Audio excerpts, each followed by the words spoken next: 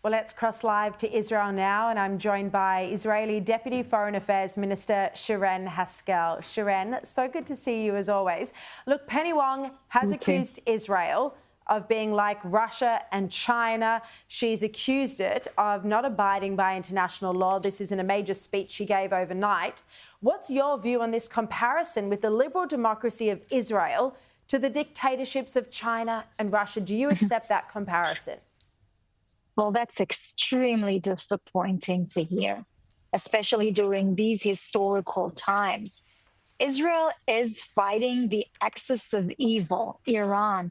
This is not just Israel wars, but this is a third world war between radical Islam and between our societies, our values of freedom, of democracy, equality, women's rights, freedom of religion.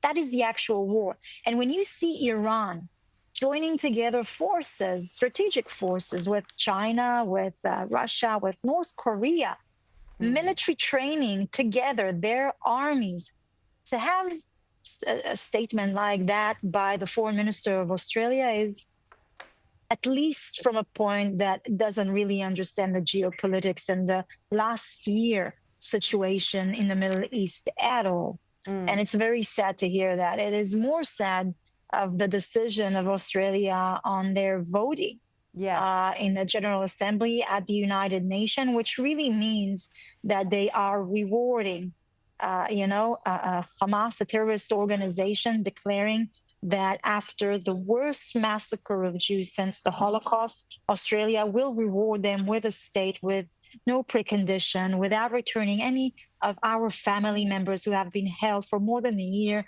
in their dungeons of terror. And, Sharri, that's extremely disappointing for us, I have to say. It just continues this trend of Australia's hostile foreign policies towards Israel. Your Prime Minister Netanyahu posted on the weekend, he was talking about the terror attack at the Adass Synagogue in Melbourne, and he said, unfortunately, it's impossible to separate this reprehensible act from the extreme anti-Israeli position of the Labor government in Australia. He said anti-Israel sentiment is anti-Semitism. Sharren, do you agree that the Albanese government has fostered a climate where anti-Semitism can flourish? Unfortunately, we haven't seen serious measures to enforce the hatred and racism towards Jews in Australia. You see those really maybe anti-Israel, but very much also anti-Jewish protests. When they go and march in the Sydney Opera House and they chant "Gas the Jews," what kind of message does that send? Was that tolerated? Was that these people were persecuted, arrested, anything legally that was done to them? Or were they free to go and continue their marches of hatred and slogans that really calls for violence? How would you interpret any other way someone that is calling out publicly in demonstrations, "Gas the Jews"? Well, a year later, when that continued on, they would go to a synagogue and would try to murder them, to create a terrorist attack.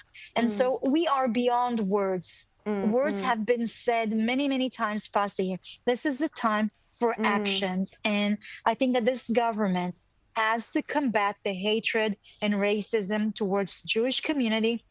And yes, I completely agree with the Prime Minister. And I think he said it pretty clearly that the anti-Israeli motions that are coming from this current government, unfortunately, you cannot separate them with the rise of hatred towards the Jewish community. And it's very disappointing. I'm hoping for a future when we can rely on our allies.